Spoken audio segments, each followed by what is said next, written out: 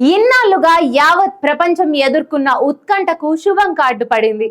9 నెలలుగా అంతరిక్షంలో చిక్కుకుపోయిన వ్యోమగాములు సునీతా విలియమ్స్, బుచ్ విల్మోర్ సురక్షితంగా భూమి మీదకు దిగారు. ఈ ఇద్దరు వ్యోమగాములకు మొదట ప్రాథమిక వైద్య పరీక్షలు నిర్వహించి అనంతరం వారిని హ్యూస్టన్ లోని జాన్సన్ స్పేస్ సెంటర్ కు తరలిస్తారు. అక్కడ కొన్ని రోజుల పాటు వారి ఆరోగ్య పరిస్థితిని వైద్యులు నిశితంగా గమనిస్తారు. ఆ డాక్టర్స్ గ్రీన్ సిగ్నల్ ఇచ్చాకే కుటుంబ సభ్యులు వారిని కలుసుకునేందుకు అవకాశం ఉంటుంది. ISS లో జీరో గ్రావిటీలో కొన్ని నెలలు సమయం గడిపినందుకు ఇద్దరు వ్యోమగాములు బలహీనంగా మారారని నిపుణులు చెబుతున్నారు. దీనికి తోడు భూమికి తిరిగి వచ్చాక గురుత్వాకర్షణ శక్తికి వారు తిరిగి అలవాటు పడడం అంత సులువు కాదు. ఈ క్రమంలో వారు నిలబడడం, చూపును స్థిరంగా ఉంచడం, నడక పక్కకు తిరగడం వంటి చర్యల్లో ఇబ్బందులు ఎదుర్కొంటారు. నేలపై జీవనానికి అలవాటు పడడానికి సునీతా విలియమ్స్ ఇతర వ్యోమగాములకు కొన్ని వారాల సమయం పడుతుంది. ఆలోపు వారి జీవనం ఒక సవాలే అంటున్నారు.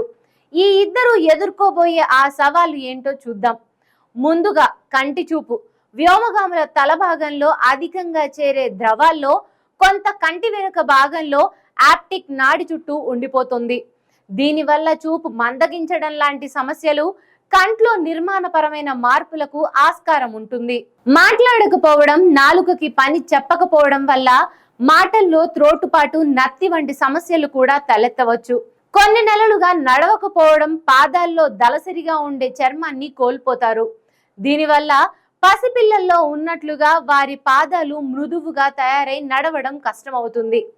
భూకక్షలోని రేడియో ధార్మికత వలన వ్యోమగాముల్లో తెల్ల రక్త కణాలు తగ్గిపోయే ప్రమాదం ఉంది. ఫలితంగా వారిలో రోగ నిరోధక వ్యవస్థ బలహీనపడొచ్చు. దీనివల్ల క్యాన్సర్ వచ్చే అవకాశాలను కూడా కొట్టిపారేయలేము.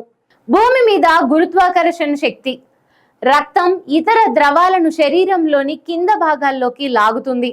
గుండె వాటిని పైకి పంప్ చేసేలా చూస్తుంది.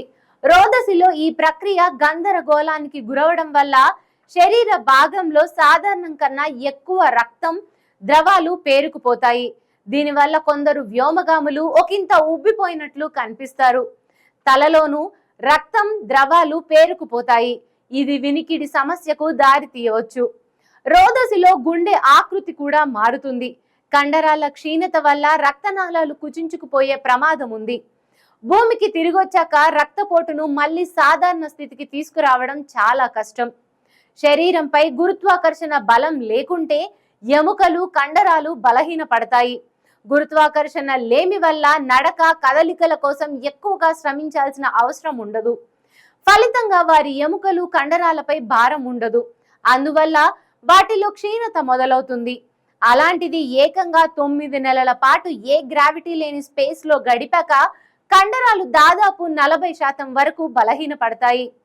చెవిలోని వెస్టిబ్యులర్ అనే అవయవం గురుత్వాకర్షణకు సంబంధించిన సమాచారాన్ని మెదడుకు చేరవేస్తుంటుంది. తద్వారా మనం భూమి మీద నడిచేటప్పుడు తుల్లి పడిపోకుండా స్థిరంగా ఉంచడంలో కీలకంగా వ్యవహరిస్తుంది.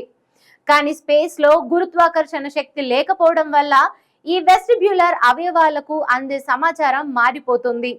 దీనివల్ల మెదడులో గందరగోళ పరిస్థితి ఏర్పడి కళ్ళు తిరగడం, తలనొప్పి, కడుపులో వికారం, వాంతులు వంటి సమస్యలు తలెత్తుతాయి.